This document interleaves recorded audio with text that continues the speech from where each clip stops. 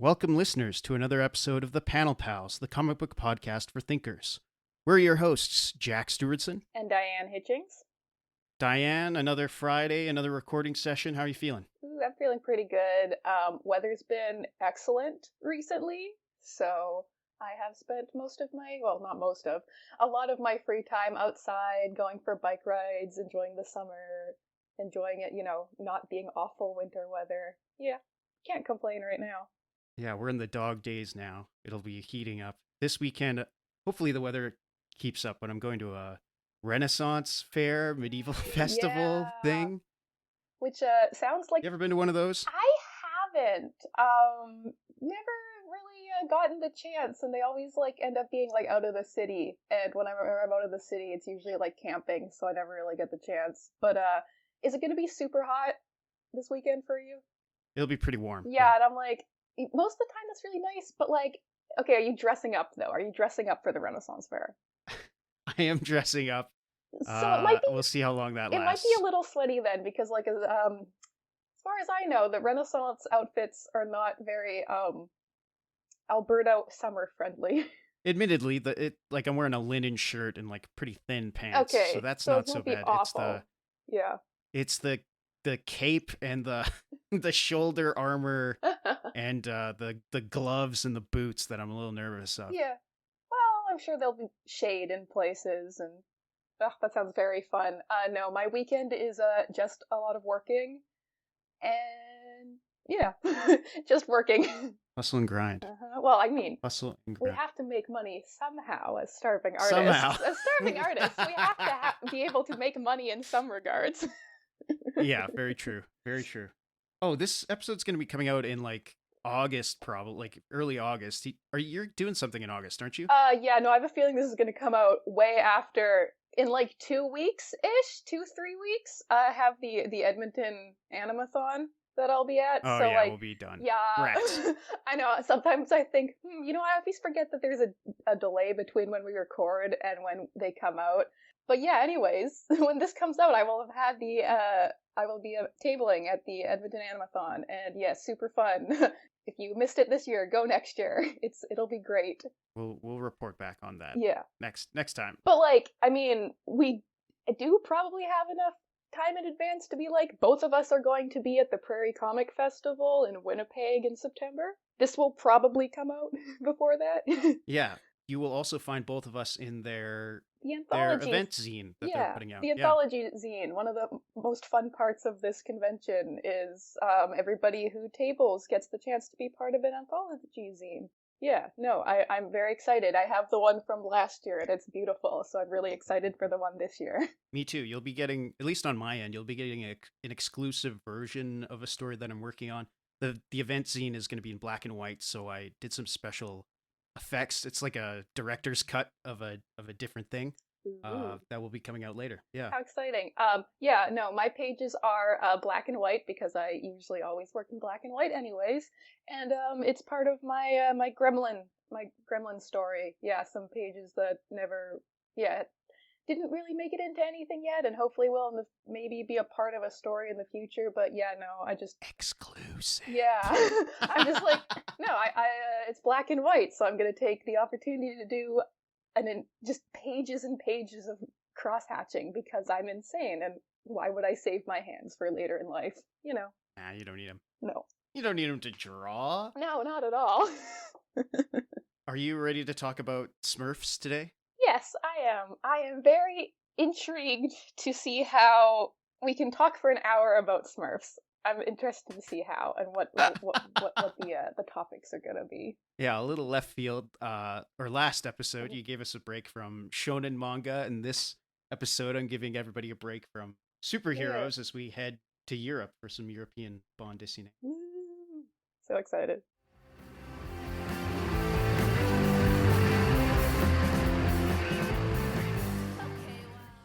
On October 1st, 1968, Pittsburgh's historic Byham Theater, then known as the Fulton, opened its box office and began ushering patrons into their seats for a very special premiere screening.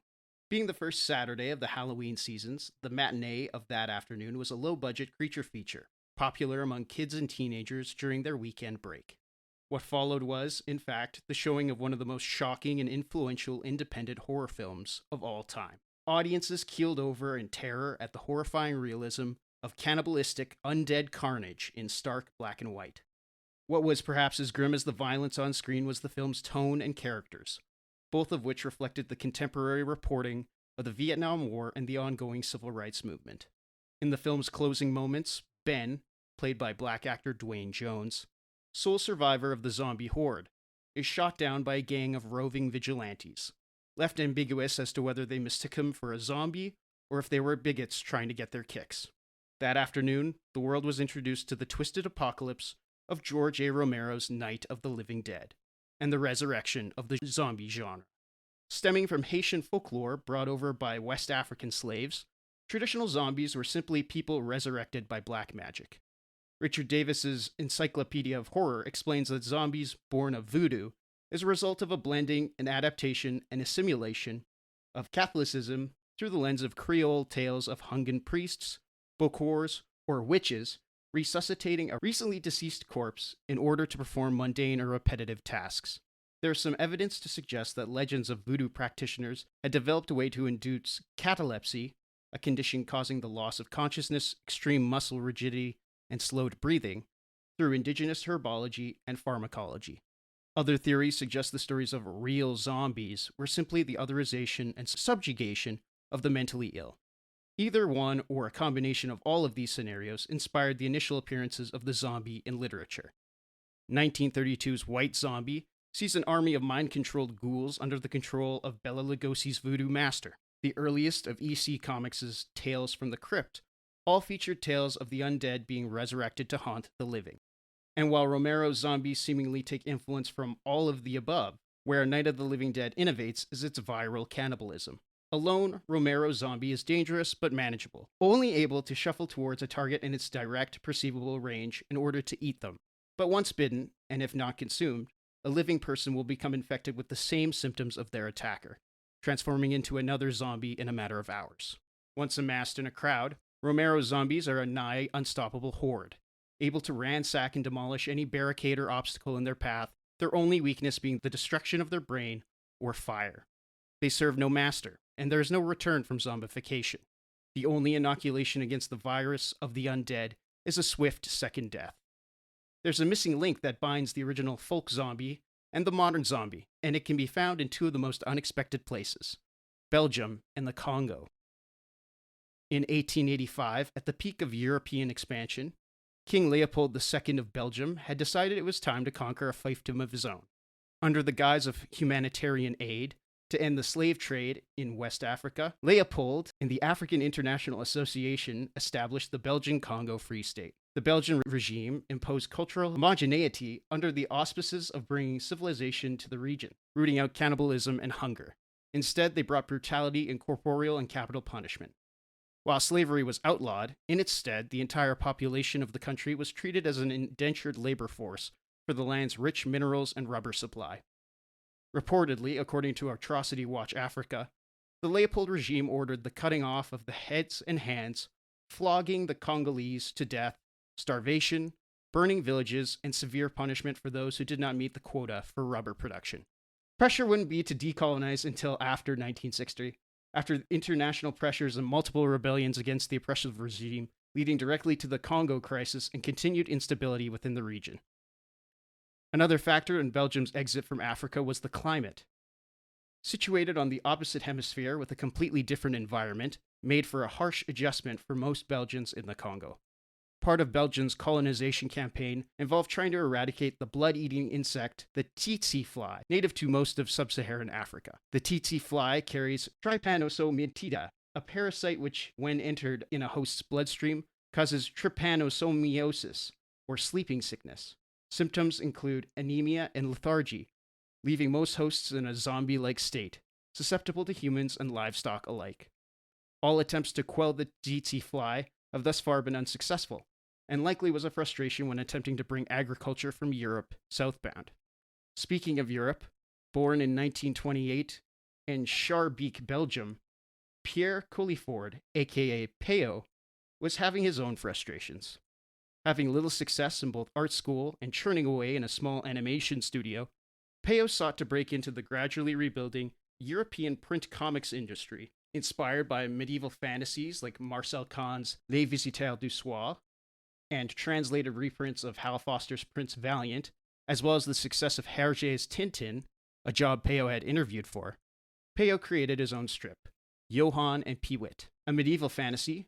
Johann was first published in La Dernière Heur's Kitty section in 1947, before moving the strip over to Franco-Belgian institution Spirou in 1952 in order to compete with the more serious Tintin adventures. In a memorable storyline, the pair of young adventurers encountered a fantastic mushroom-capped village of small, shirtless blue men. Peo called them Les SCHTROUMPFS, inspired by a game he and some family friends invented on holiday, whereby nouns, adverbs, and adjectives would be randomly replaced with Schtroumpfs, itself a portmanteau of the French word for salt and the German word for sock. The Smurfs would prove to be so popular as to overshadow the strip's main leads. As Cynthia Rose revealed in her article Behind the Blue, Yvonne Delport, then editor of Spirou, had the idea to increase the magazine's page count by adding a supplemental mini-zine in the periodical's centerfold.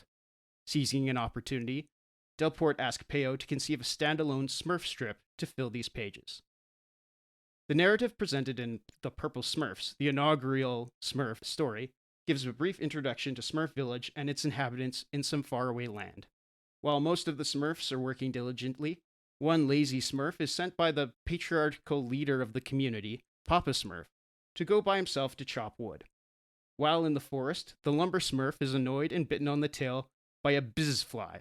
As the Smurf's skin changes from blue to purple, he loses most of his primary brain functions, save for the ability to angrily hop and yell "Gnap."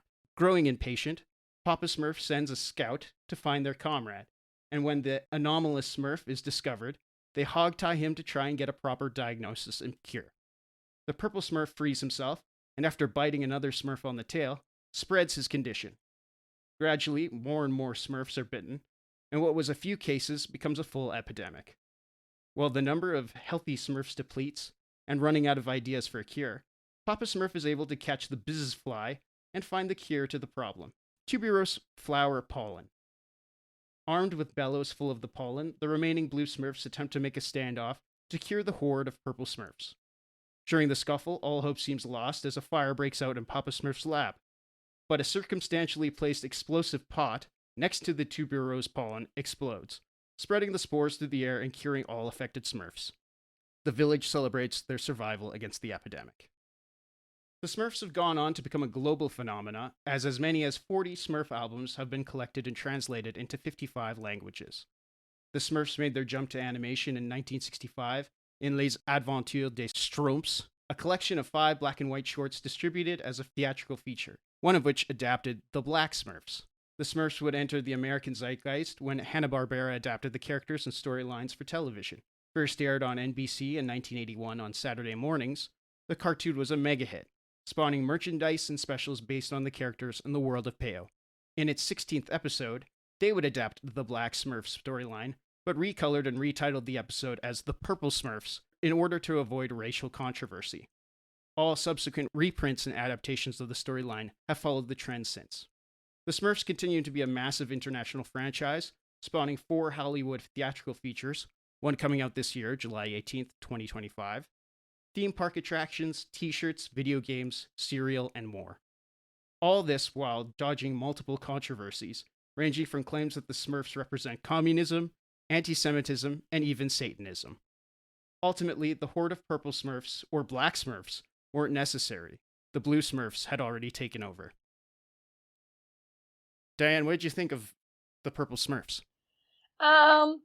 It's okay. So, like, I'd read probably a decent amount of Smurfs comics when I was younger. In elementary school, in most of my classes, there was like a bookcase at the back of the class, and if you finished your work before other people, you could go and grab one of the books from the back and read it, and most of those books were the bande dessinées.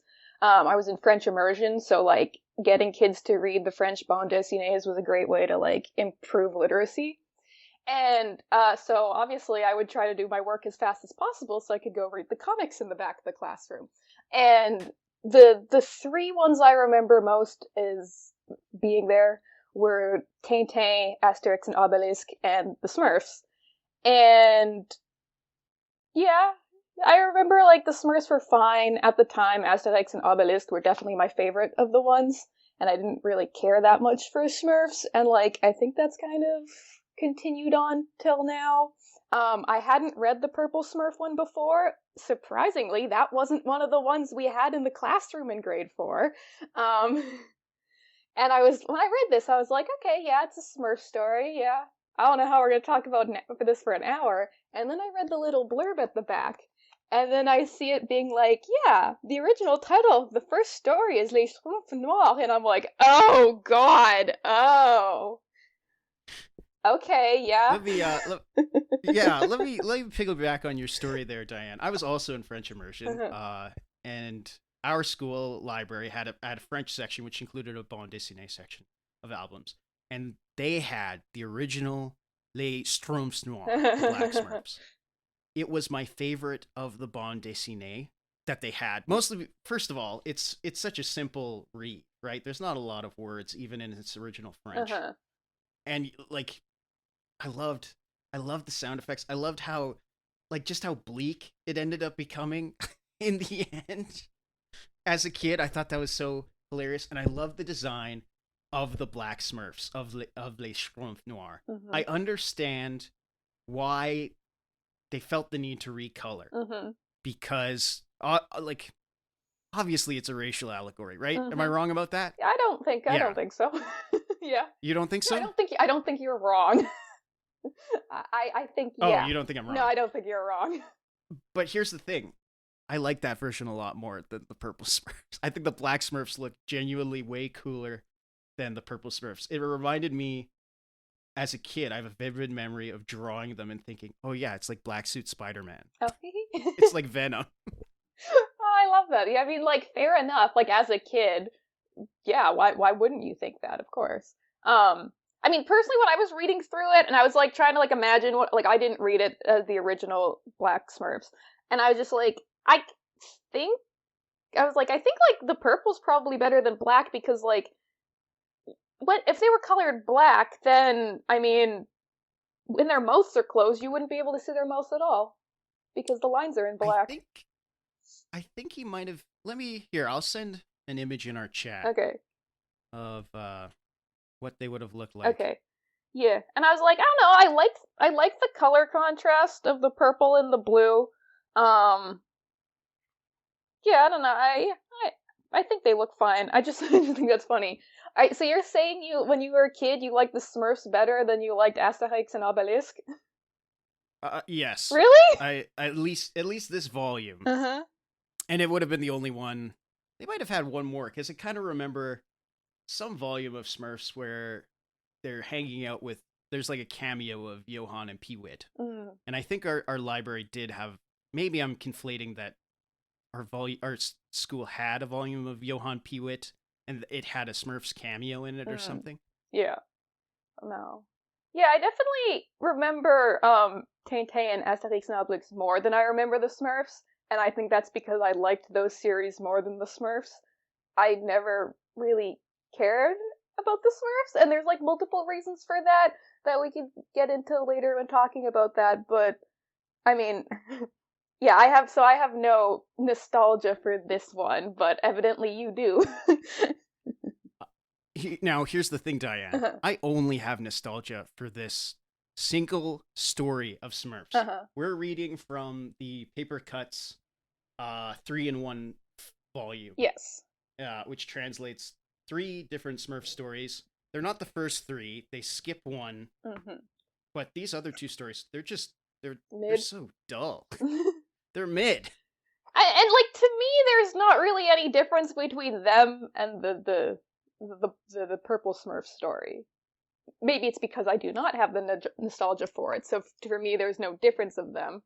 But like, it just feels, kind of the same. There's a problem, hijinks ensue, problem is solved. Yeah. You don't feel like the invasion of these Purple Smurfs, like, once I discovered the connection between Night of the Living Dead and the Black Smurfs, it all came together for me. I was like, oh, it's zombie fiction. Yeah. It's early zombie fiction. And that's, you don't agree with that? That is cool. I do think that, yeah, you and your intro explain this stuff. I was like, oh, cool. Yeah, I didn't really think of it being like zombies.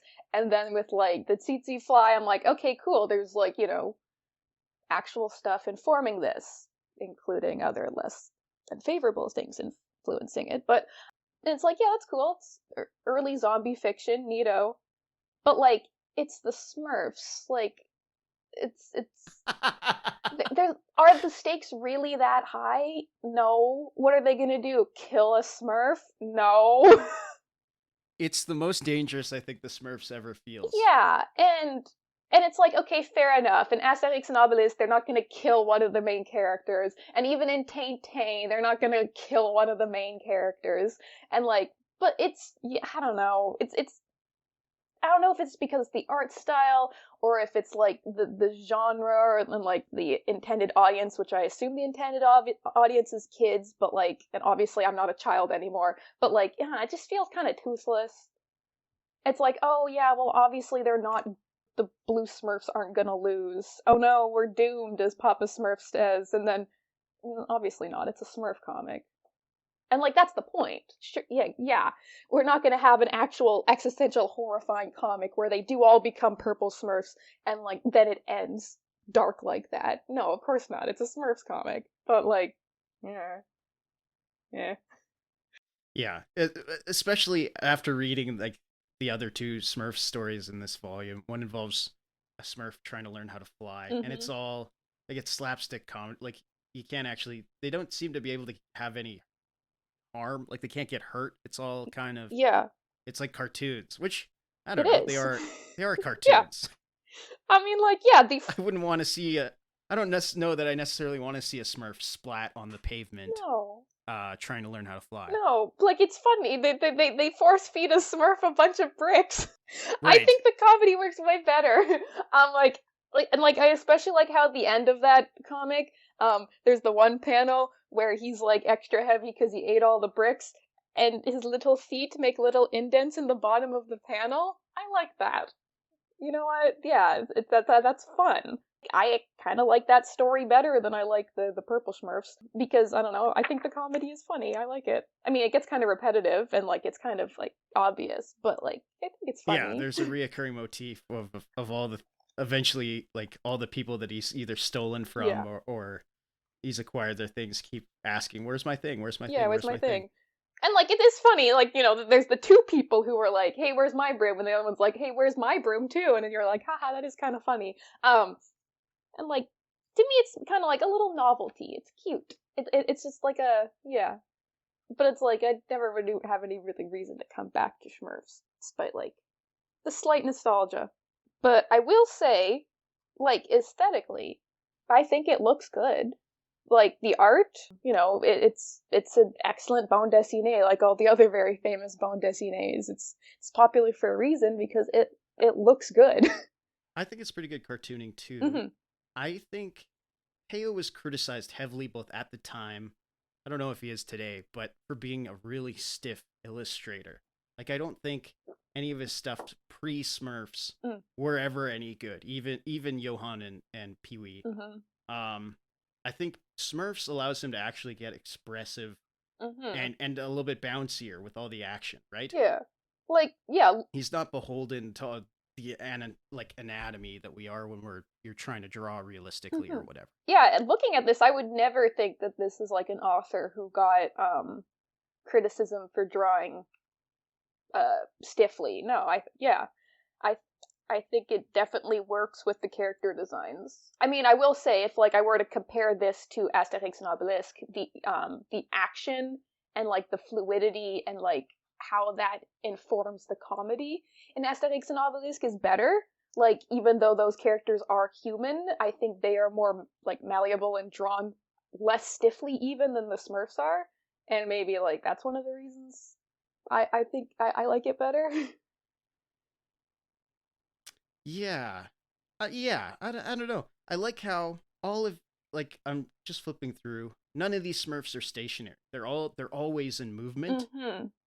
Like their feet are rarely touching the ground. Nobody's ever standing still. They're all kind of hopping and running and being pulled up or whatever. And I like that. That has an energy to it. That has a kineticism to it. But I do agree that like Asterix and Obelix are way more expressive than these guys are. Or even Lucky Luke would get more expressive. But again, that energy is exciting, especially when it's against a horde of impending, biting purple or black Smurfs. Yeah. Yeah, and it's like, yeah, the action is fun. I'm definitely not gonna knock him for that. Like the battle scene, it's good. It's not like, like super dynamic. I'm not gonna compare it to like like a fight scene in One Punch Man because that would be insane. But like it works. But there's scale, right? Yeah, there is scale. You can like, see the entire battle happening, and when there's the bigger army of the Purple Smurfs entering town against the comparatively smaller army of the Blue Smurfs, you're like, yeah, nope, there's more of them. Yeah, you could say there is stakes if you want. You sound unconvinced. Well, because it's like, what did you like about this, Diane? What I know, I really like the aesthetics. Like, I am very, very much a fan of Franco-Belgian bande dessinées. I think most of the ones that I've ever encountered are really nice to look at. And I would say that about the Smurfs as well. The colors, great. They fit the vibe very well. They're like a degree or so off of like cottagecore colors. Like, are you familiar with like the Moomin drawings? Yes, yeah. So it's like, and same area and time period of Europe, yeah, right? On the scale of like cottagecore, like the Moomins is a more, and then this is a couple steps less cottagecore than that, but like do you know what I mean by when I say cottagecore vibes? Yeah. Like, it's spring colors, it's right? Homey. It fits that like pastoral vibe of like living out in the boonies and not being like in rural Europe, rural, simple slice of life kind of stuff. And so like I think the colors that are picked for the Smurfs work really well. They're not like super bright and in your face. There's not a lot of shading, which I like in color comics. I like the heavy black that is used for some depth and the shadows. I like the line work on the nature parts, like on the grass. It looks really nice. I like the sense of scale. I mean, sometimes it's a little off because like they're really small, so sometimes compared to trees they look really small, but then like sometimes the flowers are like normal size to them and you're like, wait, these guys are really small. Shouldn't the flowers be huge? But whatever. Shouldn't the showers, yeah. Whatever. I love their houses. They're so cute. The roundness really works. Like there's not a lot of hard angles. Yeah. The only thing I don't really like aesthetically is like I don't really care for the Smurf designs. Yeah, it's pretty simple.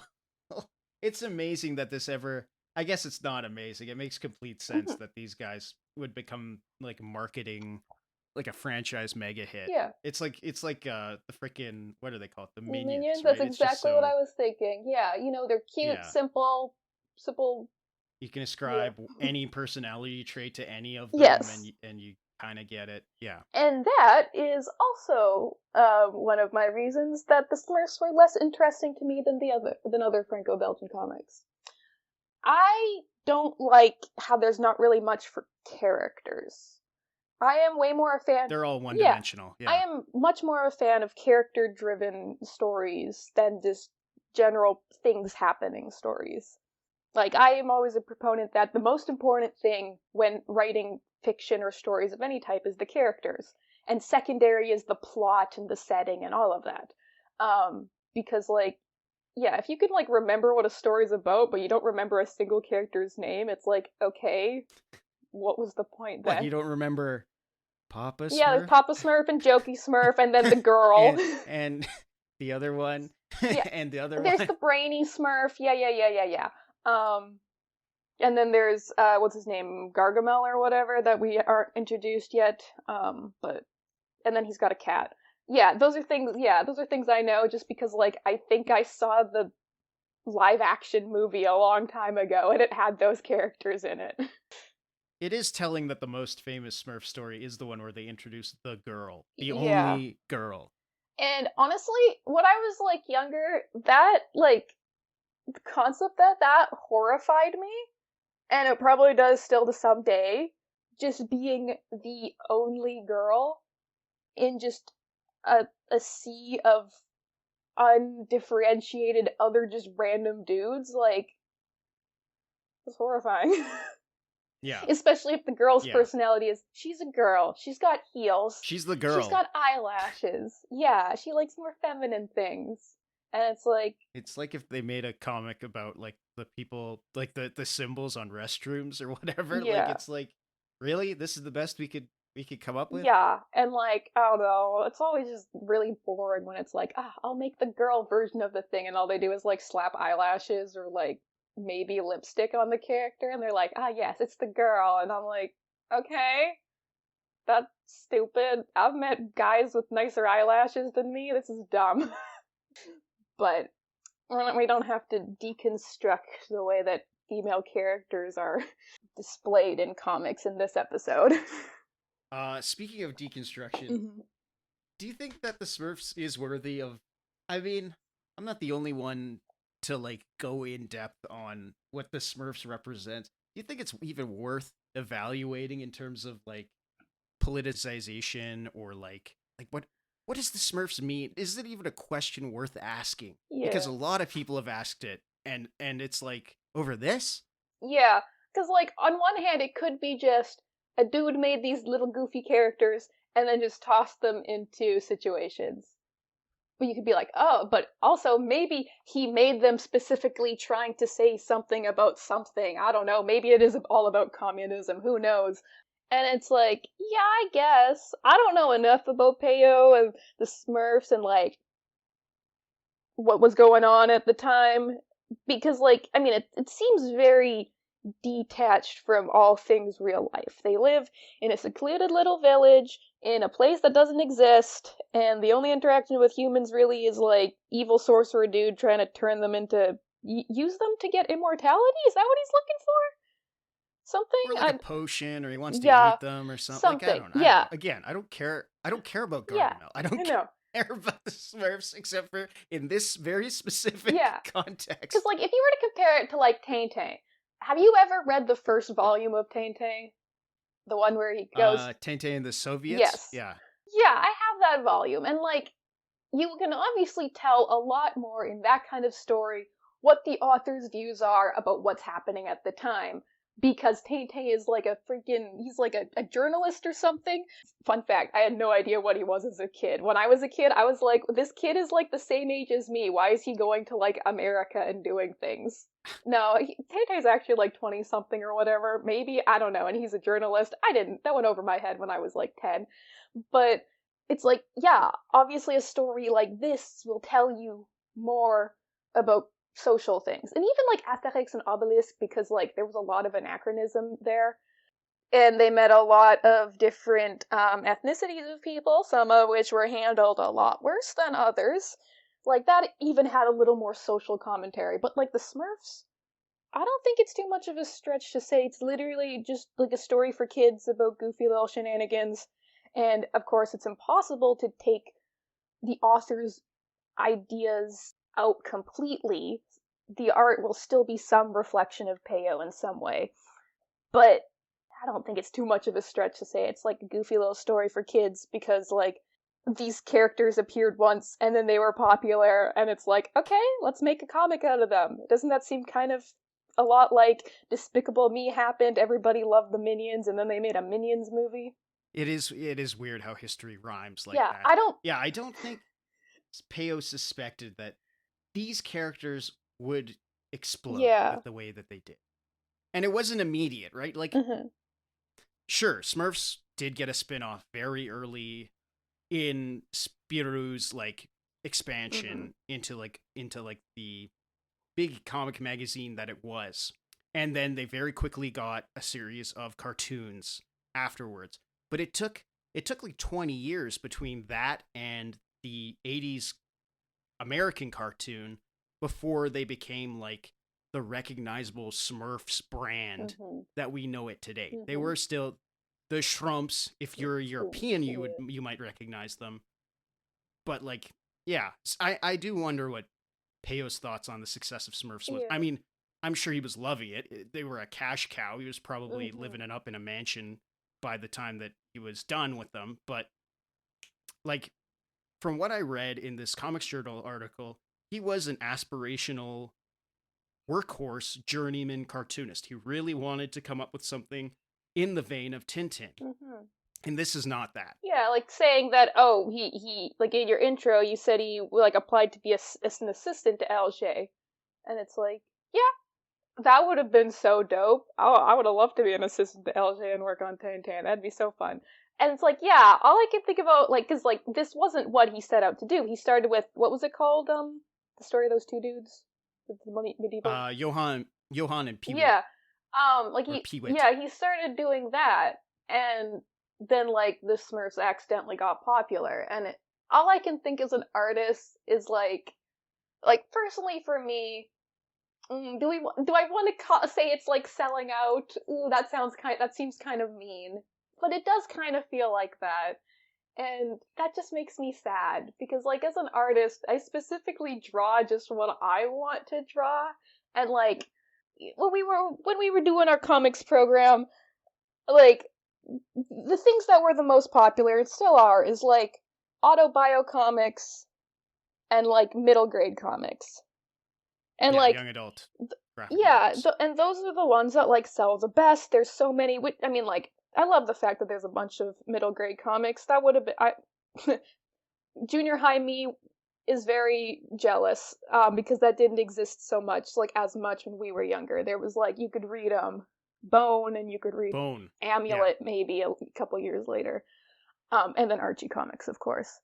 And it's like there's what's popular, and it's like, you know, I know some people who like really like doing those kinds of comics.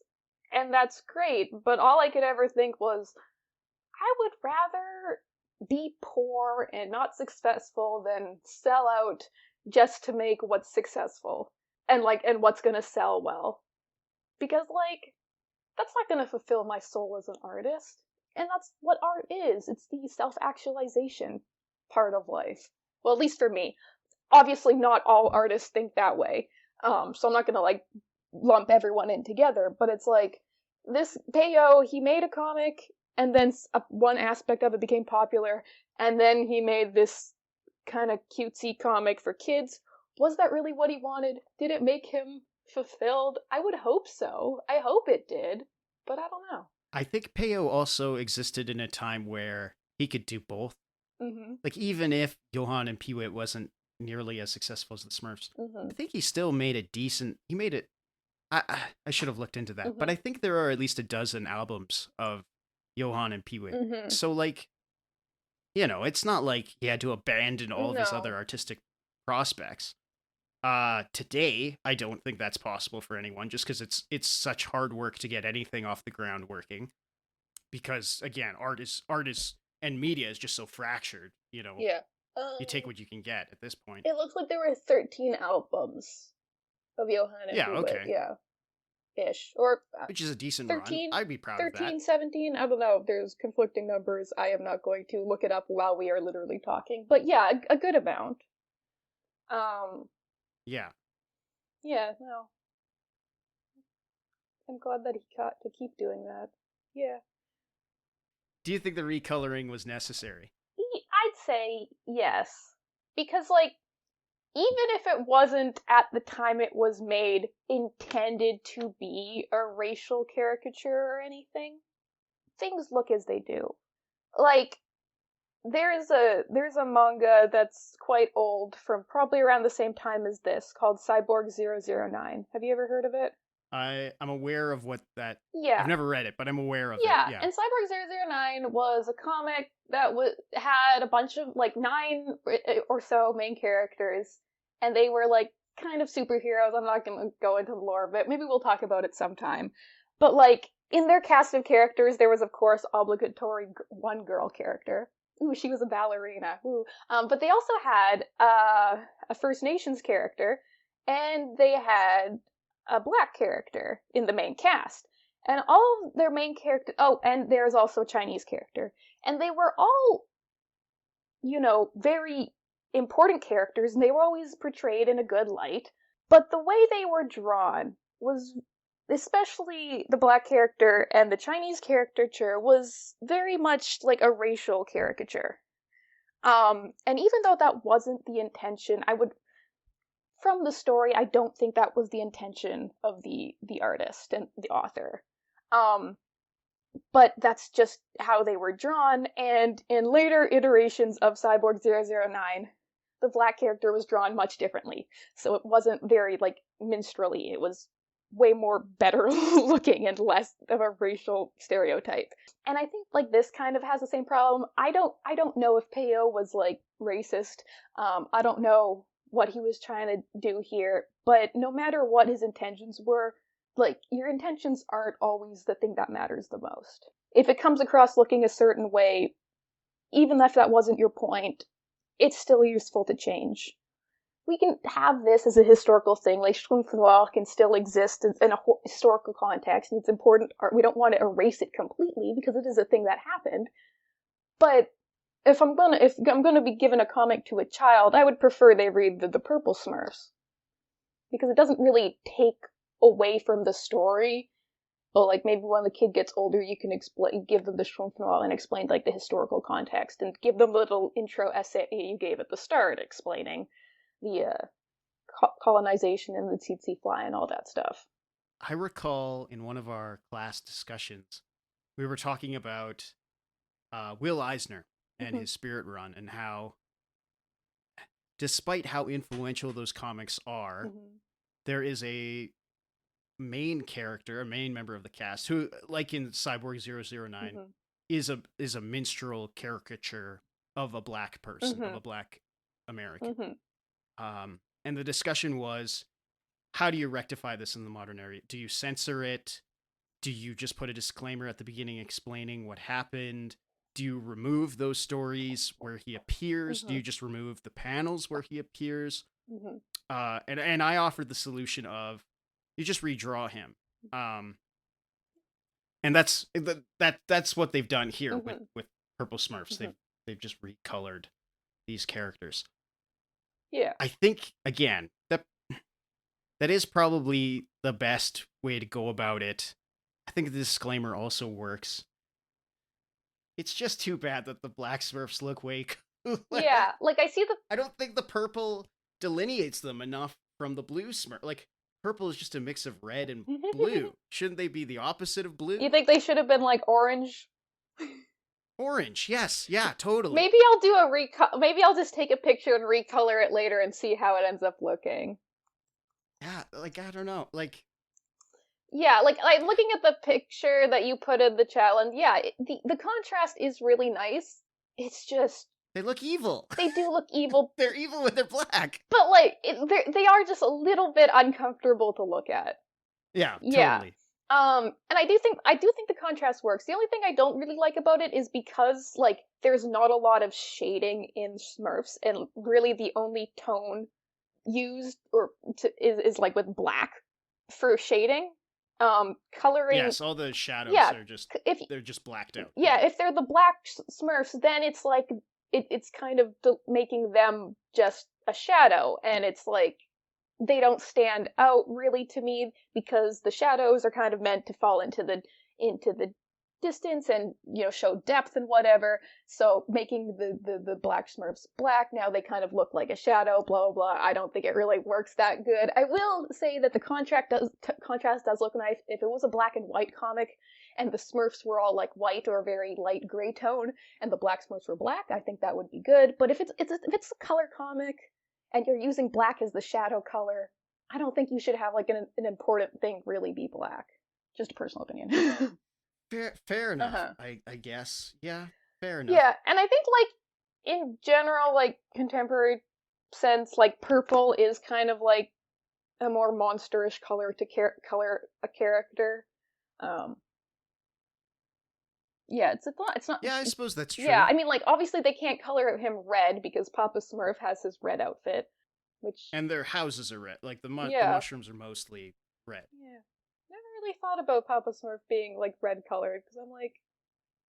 Is it maybe just because it goes good with, like, the primary colors? Because, like, red is usually, like, you know, a more evil color. Yeah, that's interesting. I don't know. Is Papa Smurf Like, the actual antagonist here? Or is he, like, supposed to be, is it like a papal, you know, like Yeah. the Pope will sometimes wear red. Like, I'm wondering if that's, like, it's a patriarchal thing. I don't know what the red symbolizes Yeah. on Papa Smurf. I mean, like, a lot of the background, like, it seems like a decent amount of the houses are, like, kind of yellow colored. So if you're using, like, the primary color, they're blue, and then you have yellow houses, use red for Papa Smurf's outfit. You know, now he kind of fits with the mushrooms. That works. But anyways, I like my conspiracy theory of he's wearing red because he's the actual antagonist. Smurfs were the bad guys. Gargamel was right. Yeah. We should make that. That should be a t-shirt. No, yeah, rewrite the Smurfs, but Gargamel's actually the good guy. And he's trying to eliminate the Smurfs because they're they're terrorizing the countryside or something. I don't know. Yeah, they're just wrecking the environment in the same way when, like, you bring over, like, some sort of animal from Europe to North America and they just ravage the environment. Yeah, they're like zebra mussels or rats. Yeah. You know what? If they did one of those, maybe I think maybe it's still relevant. We can talk about Smurfs in 2025. The gritty revision of the Smurfs? Yeah, a dark reboot of the Smurfs. It's like post-apocalyptic. The Smurfs took over. Gargamel's one of the few remaining humans, and he's trying to eradicate the Smurfs because, like, I don't know, they create radiation or something. That's why they're blue. They're just poisonous. Yeah. Hilarious. I hope someone out there wrote an AU fanfic about that.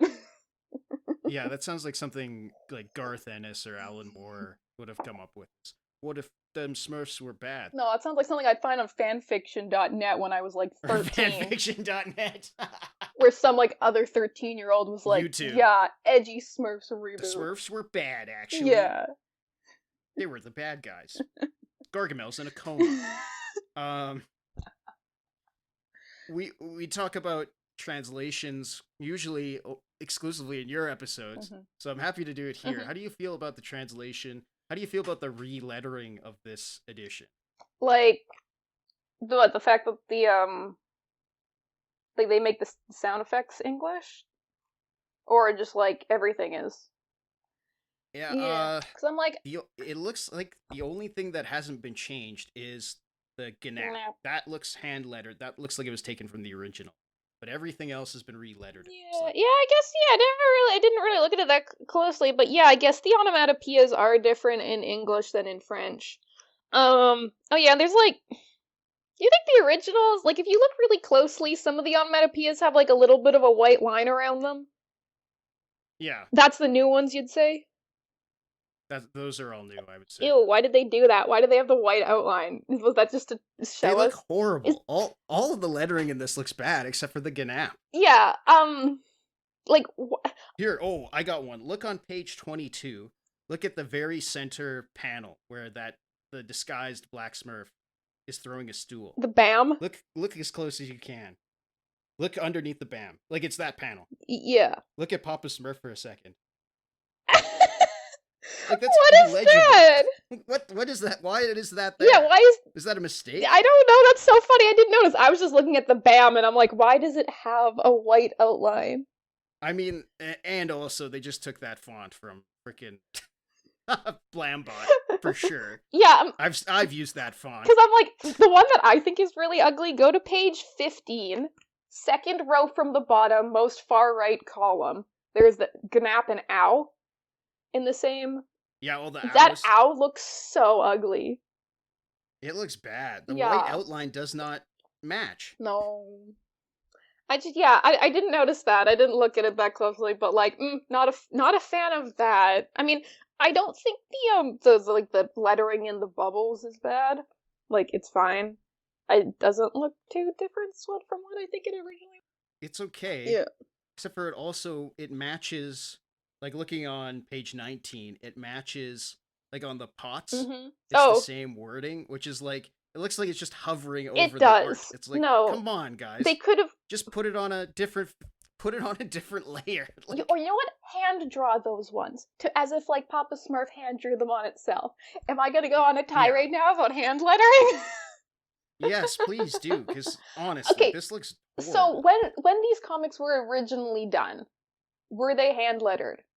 Yeah, they would have been hand lettered. My beloved. I am a big proponent for always hand lettering things because it looks better. And it, it's the hand of the artist. Well, if you have a different letterer than an artist, doesn't really matter. But I like hand lettering because it's like, oh, it's done by the hand of the artist, just like the art, and so it like blends in better. Like, I don't know, I probably complained about this specific example before, but like, what's that one artist who does Superman and like they're beautiful, like kind of like watercolor, photorealistic? What's the guy's name? Like Alex Ross. Alex Ross, yeah. And if you see some of his artwork is beautiful. And then you see a goofy freaking, like, normal superhero word balloon slapped on top of it, and it looks so goofy. You have this painting that looks like it's beautiful, and then they just slap in the normal superhero font in word balloons on them, and I'm like, this is the dumbest thing I've ever seen. Yeah, anyway. You're gonna have a conniption if we ever do Kingdom Come. Well, let's do that sometime. I love getting irrationally angry about lettering. But no, I think, yeah, the original handwriting is beautiful. I think it's great. It fits the style. I don't think, like, in here the lettering in the bubbles is awful. But it's passable. It doesn't break my immersion until you tell me look closely at the sound effects. Look how they have white outlines around them. That's my issue. Is all the onomatopoeia is just gross, except for what I discertain is the original Gnaps, and like occasionally there'll be a Smurf with like a big question mark in his word bubble, and then that looks original too. Yeah. But... why did they put the white outline? Like, was it just to, like, prove that these are the new ones? Surely they didn't do that. Or they're still, like, they're just trying to cover, like, they're trying to cover up, probably, the original font, and they need it big enough to a certain degree, which is just, like, just use Photoshop, guys. Just Photoshop over it. You've read manga. You've read translated manga. The difference between French and English, and the difference between Japanese and English, it's so much smaller, the difference between French and English. It is so much easier to just replace the letters, because they are vaguely the same shape. It's Roman letters. And, like... You could keep some of it, also. Like, I imagine the French version of Scritch and Scratch is probably pretty similar to the English version. I mean, yeah, there's a couple onomatopoeias in French that are, like, weird compared to English. But, like... Personally, I'm a proponent of leaving the original onomatopoeias. When I'm reading manga, I prefer that it has the original Japanese sound effects, because they are a design element. And if you completely change the shape and the font, the typeface, then it changes the aesthetic and the layout of the page. And it's like, it's not going to ruin my immersion if I don't know exactly what that sound effect is saying. If you're reading a Japanese manga, you can more or less always tell what the general sound effect is conveying to you, even if it's written in the original Japanese. I wish that when things got translated, they left the original sound effects, blah, blah, blah, whatever. I'll get off my high horse about that one. But, like, yeah, they should have just left the original French ones. Now the kids reading this in English, they'll be slightly more bilingual. They know how to say ow in French now.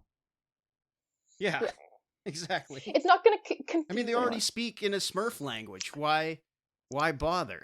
I don't understand. Yeah, so about that, what are your thoughts on the fact that they replace 35% of the words with Smurf?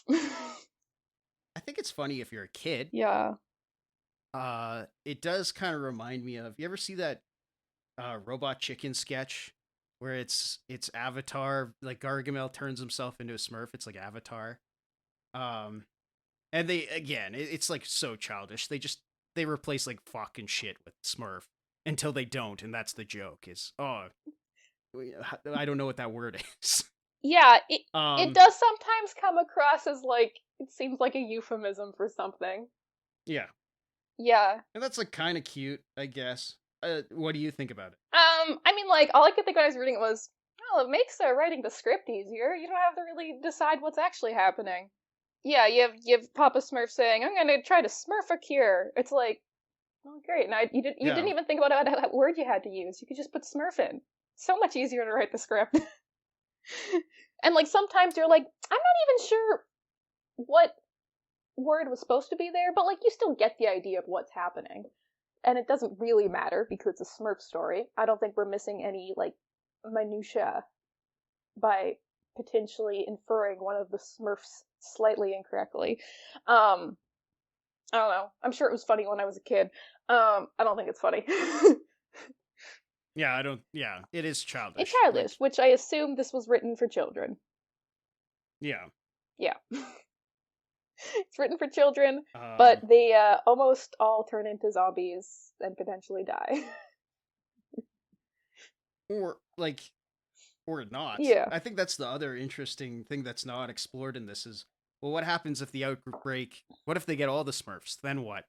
What are they going to go ravage the rest of Europe? What happens when a person gets bitten by a purple Smurf? Do they turn into a purple person? Yeah, like, that I think would be interesting to see. How does the Gargamel storyline go when he comes to the village and it's just a bunch of feral purple Smurfs? Purple Smurfs. Yeah. Yeah, I think that'd be probably shorter. He'd be like, cool, I'm gonna try to capture one of these. Gets absolutely attacked by this horde of feral Smurfs, and he's like, yep, nope, I'm giving up on that, bye. Yeah, that's, again, if the Smurfs were just about their battle and survival against the purple Smurfs, if it was just The Walking Dead with Smurfs, I would be way more into Smurfs than I am. But it's resolved at the end. It's got the cutesy aesthetic, but it's, just like a dark and gritty zombie survival tale. And, like, maybe that's another of the things. I like it when comics have, like, continuity. And, like, the Purple Smurf storyline ends. On the next page, the Flying Smurf story starts. There is no lasting consequences. And, like, sure. Asterix and Obelisk is like that as well. Maybe that's why now currently my favorite of the ones is Tintin, because there actually are lasting consequences and things that go into the next story. But like, I find like a lot of like comedic like shows and stories do that, where it just resets the continuity at the end of the story, and like, that's fine. It's not my favorite. I like there to be lasting consequences of actions, because that's life. Yeah, of course. Yeah. Well, what do you... I wonder if this is meant to evoke, like Aesop's Fables, or like the Blue Fairy Book or something, where they're independent stories set in the same universe, and they all, like, none of them are meant to feed into each other. Yeah. They're just supposed to sort of tell an interesting story with maybe a lesson, well, or a joke, I guess, in the end. And, like, it's funny you say that, because I was like, when I was reading these stories, I was trying to be like, what is the lesson I'm supposed to learn from this? Or what is the takeaway I'm supposed to get? And for the Flying Smurf one, I was like, what's my takeaway supposed to be? Don't try to do anything different because you'll fail and people will laugh at you? Yes, be thankful for your position. BS, you get too lofty or whatever. Yeah, and like, it's almost the same with the third one, which is the Smurf and his neighbors, where he's like, everyone around me is noisy, I'm gonna go live in the forest by myself. The moral of the story here seems to be, just be fine with what you have. What you try to get on your own isn't gonna work. You're going to be unhappy. Go back to the status quo. Put in earplugs. Yeah. And I'm like... Yeah. And so, like, yeah, it works. There seems to be an adherence to the status quo is good. Don't change the status quo unless we'll take one girl, and that's it. And it's like, oh, so is that what they're trying to teach children? stay with the status quo. Isn't that what they were saying in that Superman episode we did a few episodes ago, where they're like, just endure. Don't try to be the change you want to see in the world. Yeah. Which is like, why does there seem to be a running through line that the comics for children seem to be like this? Don't do that. It's almost like most of children's media is like that. Yeah. It's almost like they're telling children to behave so that they can be easy to manage and become good consumers and good workers in the future. Because weird. Because I'm like, reading the Flying Smurf one, I was like, it would be like I'm sure there's a lot of kids that are like, I want to be able to fly.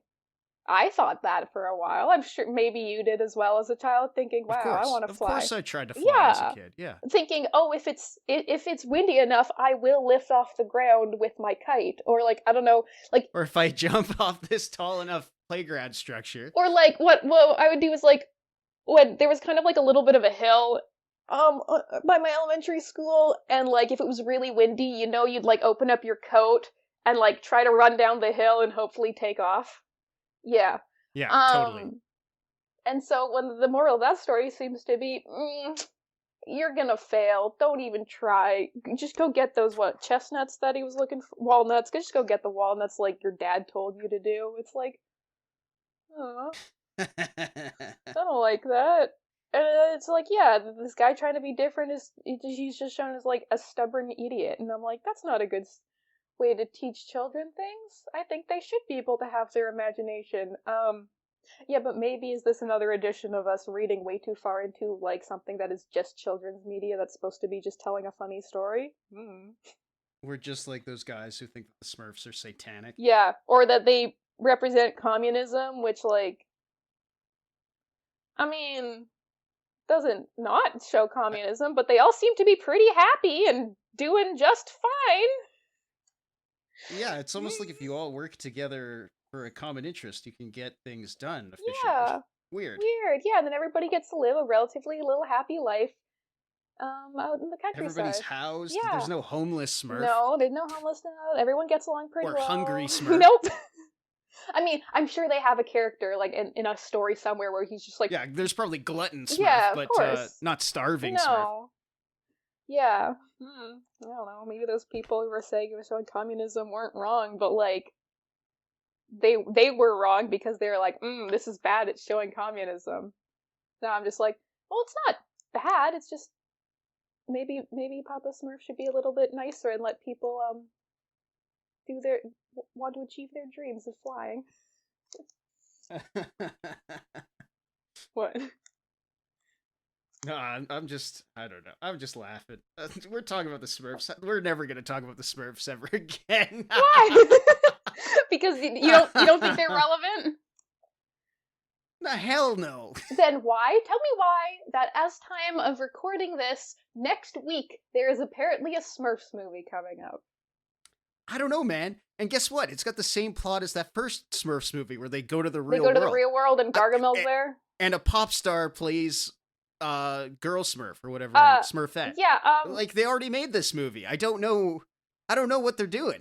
Okay, I think I was like watching a YouTube video recently, and did Katy Perry play the Girl Smurf in the older one? Sure. I think that's what I heard. I was like, wow, that's so relevant. We're talking about the Smurfs in the podcast soon. Yeah, and I'm just like, can they like maybe stop? Like, sure, I guess, are they like, oh, every generation should have their own Smurfs media?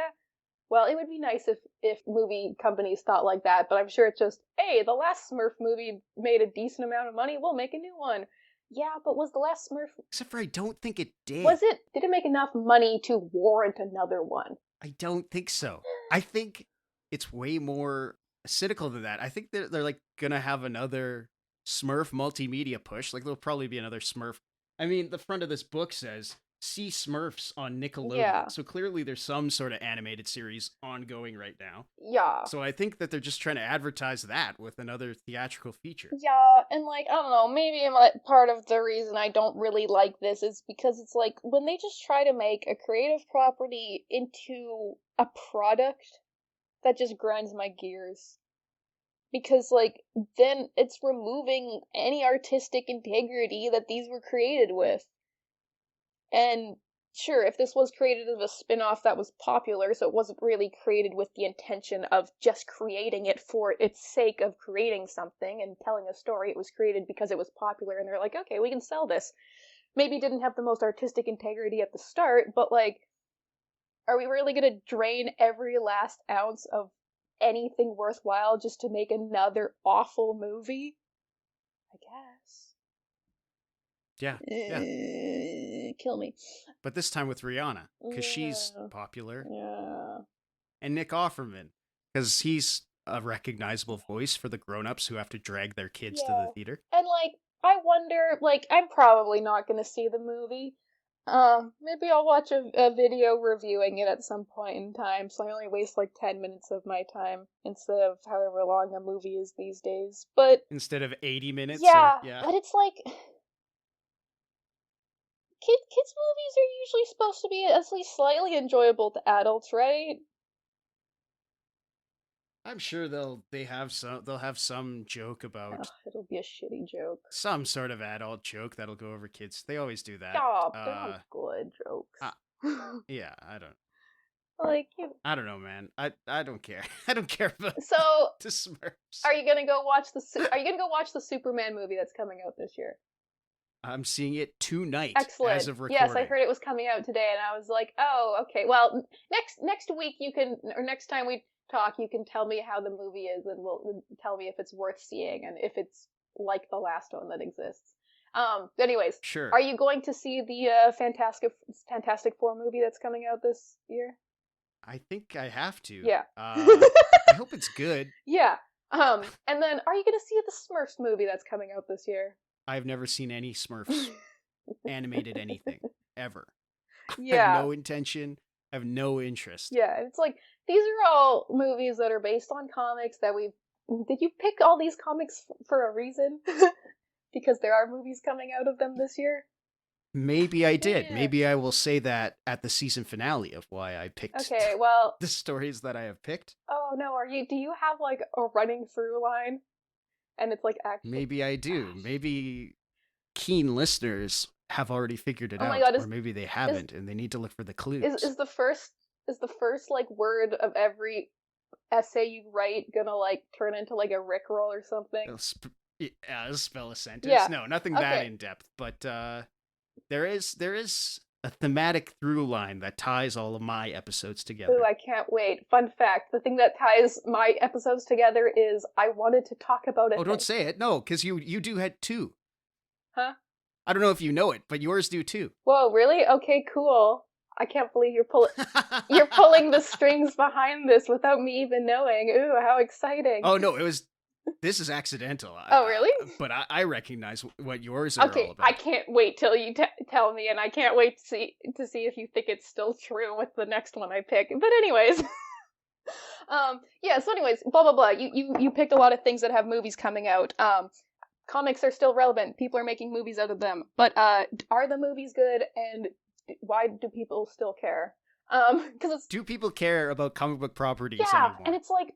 Great question. Because it's like, comic book properties are awesome. Comics books are awesome. That's why we're making a podcast about it, because we think comics are awesome. And every time you say in your intros that there's a movie of this coming out, all I can think is, aww, is it going to be really shitty?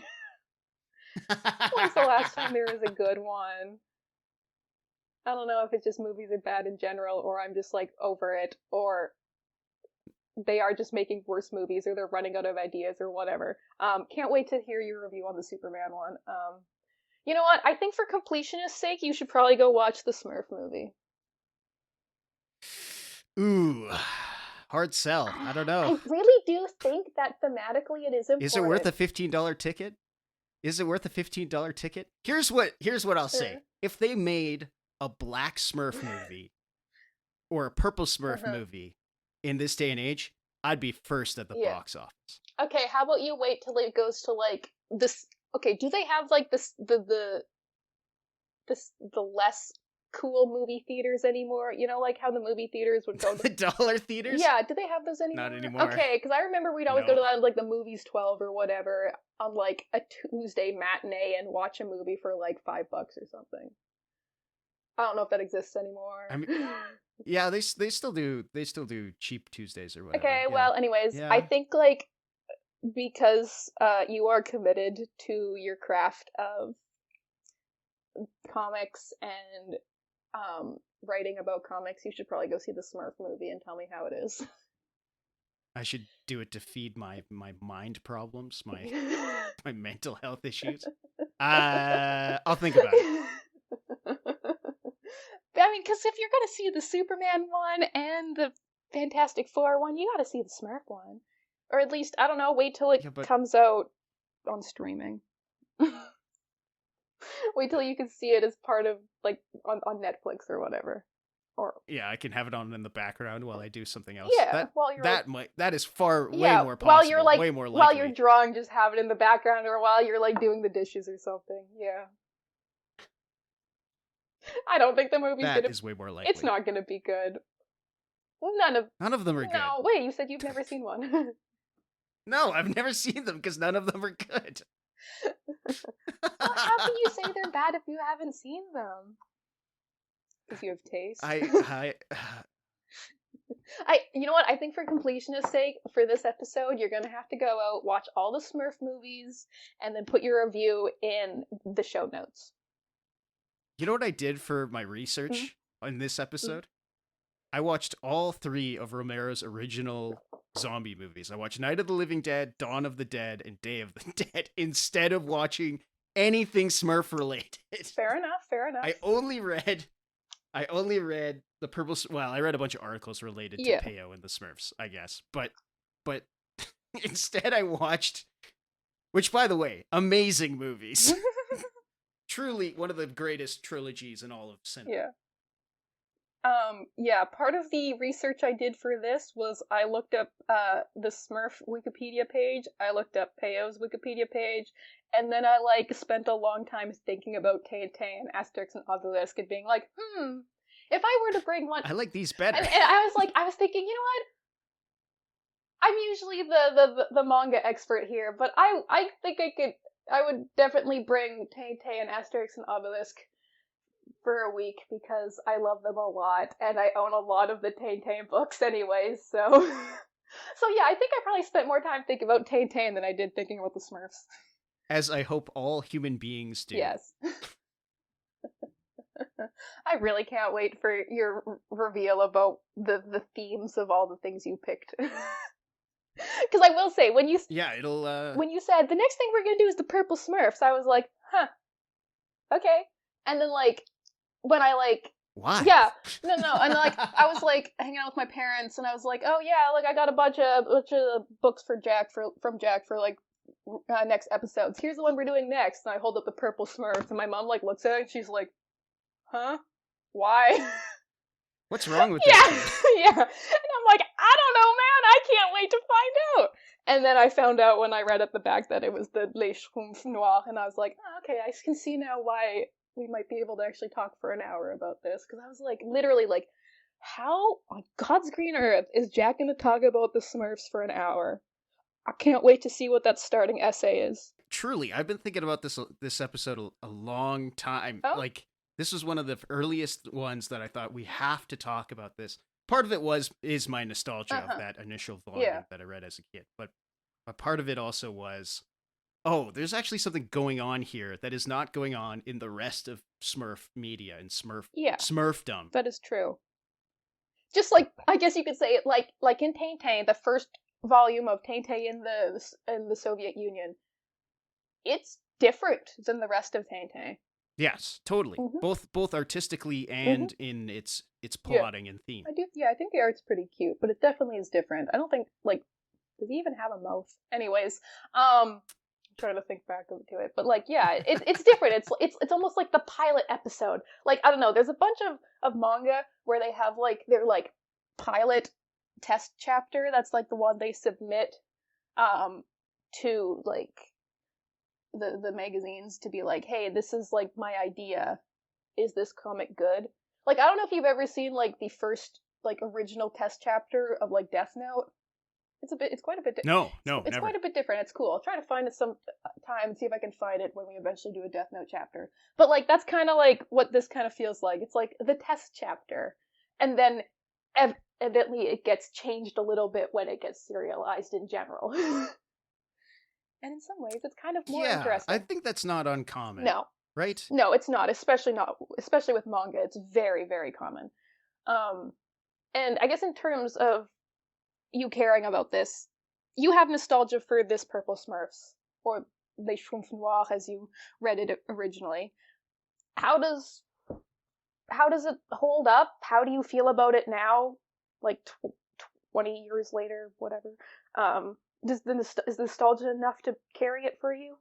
Have your thoughts changed? I think it is still interesting beyond my nostalgia for it. I think there's enough going into, like, there's enough background imagery and theming going on just as a cultural product of a possible inspiration for Night of the Living Dead is enough for me to make it interesting. Let alone we had to recolor it because it was racist, and it is kind of racist still.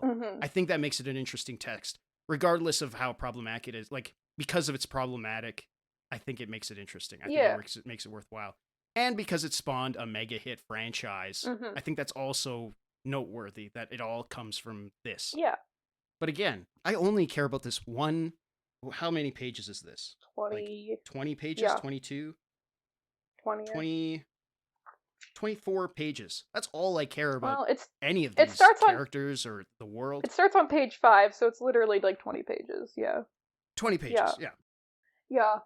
I mean, I think for me, like, I think I cared about the Girl Smurf comic because I am girl. I thought it was nice to introduce a girl, and also it's a horrifying thought. That, like, to me, that one was more of a horror comic than this one was. Imagine being the only girl and everybody's all like, hello, she's got hair. Yeah, no, that was horror to me as a elementary school student. But like, yeah, I mean, it's gotta be relevant somehow because they're making a movie in 2025. Literally, like, 50. Oh my god. It was from the 50s, right? Almost like 70 years. I think they first appeared in the 50s, yeah. We're in like 70 years worth of Smurfs. Damn. Yeah. They have more movies than certain Marvel and DC characters, and, you know, those are mega hit franchises too. Like, should this be one of the ones we let die? And like, can the Smurfs go away? No, I'm just, what I mean is, like, do we need to, I guess we kind of talked about this with Superman, it's like, do we need to keep making new ones for, like, the movies kind of thing? But also, do we need, I think it was like, there's still Smurf comics coming out or something? Obviously, Peyo isn't writing them because he's dead, but I think his kids are. His kids are writing them, and he's since the 60s, he's had a studio of assistants who just, like, they learn how to draw the Smurfs exactly like he does, right? Yeah. Which is not uncommon for comics. Yeah, no, I thought I was, like, looking at a list of the comics, and there was ones, Oh, no, those are video games. But I swear they were, like, still coming out, like, recently. And that's, like, so weird to me. It's, like, the time where I found out that they're, like Asterix and Obelix comics are still kind of being made, or, like, more recently than I thought they were. I thought they were all just, like, from, like, the 60s and 70s, but no, they are being made way more recently than you think they are, and I'm like, what? Why?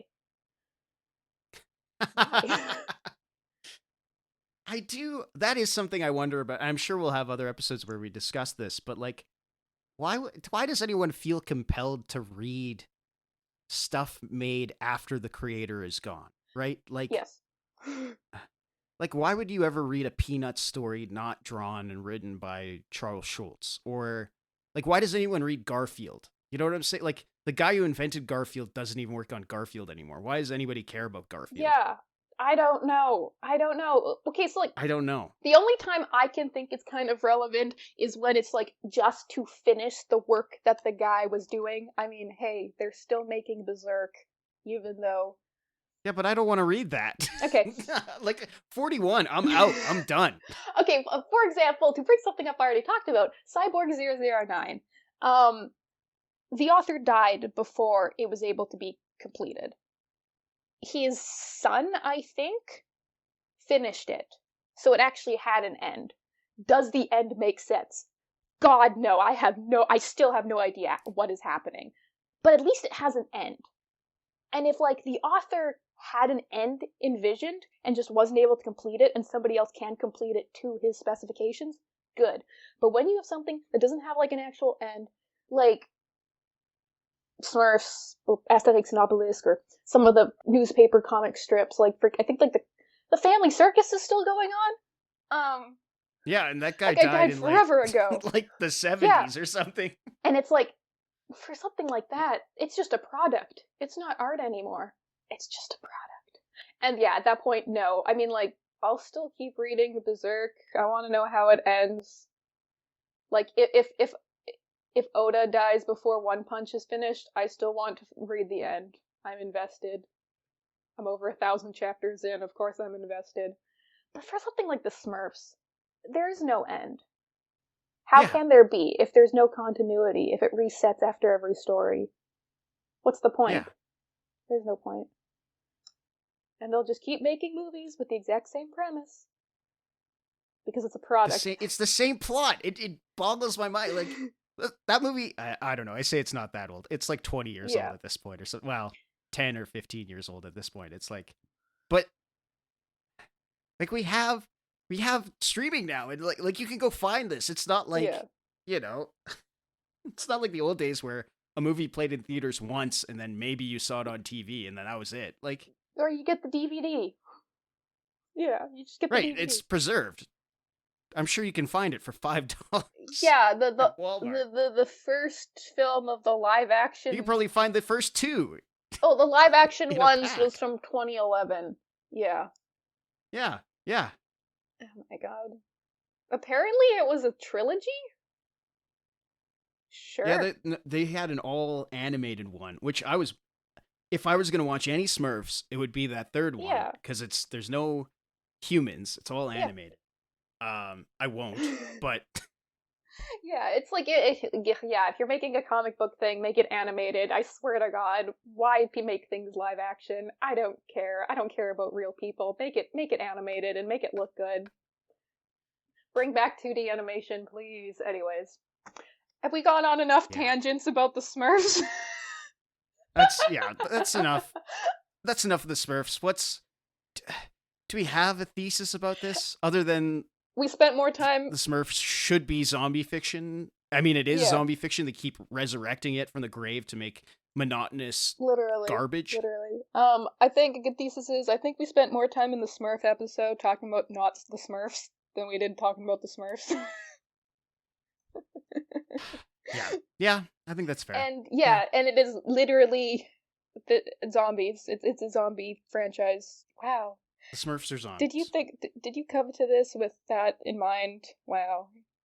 Planning these episodes so well. Yeah, I think that's about all we have to say about the Smurfs. Great.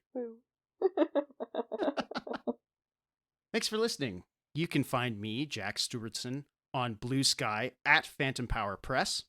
And you can find me, Diane, on Instagram at @1_little_gremlin. If you'd like to follow the show, you can do so on Bluesky and Pinksky. That's at panelpalspodcast.bsky.social. All of our links are in the show notes. If you like the show, please rate and review on your podcast provider of choice. Panel Pals is a Jack Stewartson, Diane Hitchings co-production with editing by Jack Stewartson. Our musical theme is Found by Stemchamp.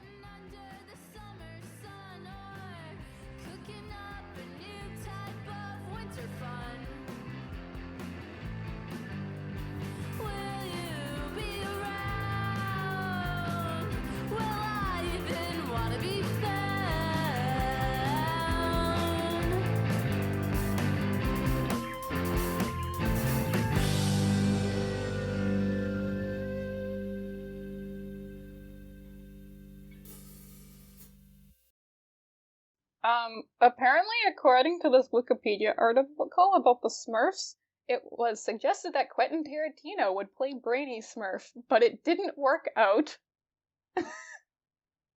That's going in the episode. That's good. That's the end. That's the end tag. That's hilarious. Oh my god. So weird.